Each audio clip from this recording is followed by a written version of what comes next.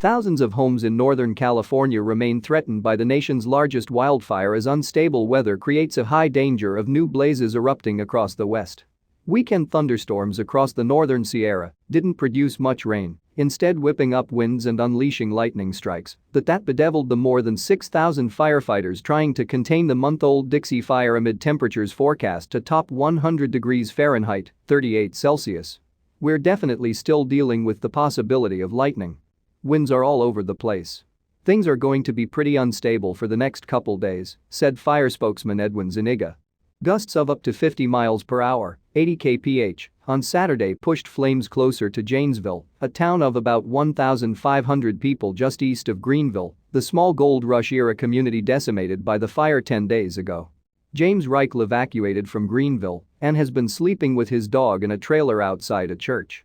His home survived the flames, but he's been unable to return because the roads are closed. He said he feels for his neighbors at the evacuation center who lost everything. These are all people who either don't have a home or don't have access to a home. I still have a house standing, no damage. But I can't get into it, he said Saturday. The Dixie Fire was the largest among more than 100 big blazes burning in more than a dozen states in the West, a region seared by drought and hot, bone-dry weather that turned forests, brushlands, meadows and pastures into tinder. The U.S. Forest Service said it is operating in crisis mode, fully deploying firefighters and maxing out its support system. The roughly 21,000 federal firefighters working on the ground is more than double the number of firefighters sent to contain forest fires at this time a year ago, said Anthony Scardina, a deputy forester for the agency's Pacific Southwest region.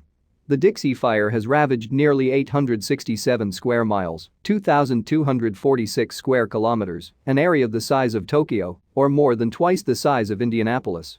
It was 31% contained on Sunday. Near Taylorsville, California, some firefighters on Sunday were monitoring a bear cub who was possibly orphaned in the fire. A wildlife rescue team was waiting to extract the emaciated cub from the burn-scarred area. Generally, if you see them with a sow or a mother bear, they'll stay with the mother bear and run off, said firefighter Johnnie Macy, who was deployed from Golden, Colorado to battle the Dixie Fire. This bear hasn't done that, so because of that we think that the bear's orphaned as a result of the fire. More than 1,000 homes and businesses have been destroyed, and nearly 15,000 structures were still under threat from the Dixie Fire, whose cause has not been determined. Pacific Gas and Electric has said it may have been sparked when a tree fell on its power line. A few hundred miles to the south, evacuations were ordered Sunday after a blaze that broke out the night before churned through California forestland near the remote community of Omo Ranch. There was no containment of the Caldor Fire burning in Dorado County, about 60 miles, 73 kilometers, east of Sacramento. Meanwhile, a small wildfire that blew up Saturday east of Salt Lake City, temporarily shutting down Interstate 80 and leading to evacuation orders for some 8,000 residences, was caused by a vehicle with a malfunctioning catalytic converter, Utah Fire Info said. The Parleys Canyon Fire then calmed significantly, and homes were no longer threatened, officials said Sunday. In southeastern Montana, firefighters gained ground on a pair of blazes that chewed through vast rangelands and at one point threatened the Northern Cheyenne Indian Reservation. Those fires were caused by heat from coal seams, the deposits of coal found in the ground in the area, said Peggy Miller, a spokeswoman for the fires.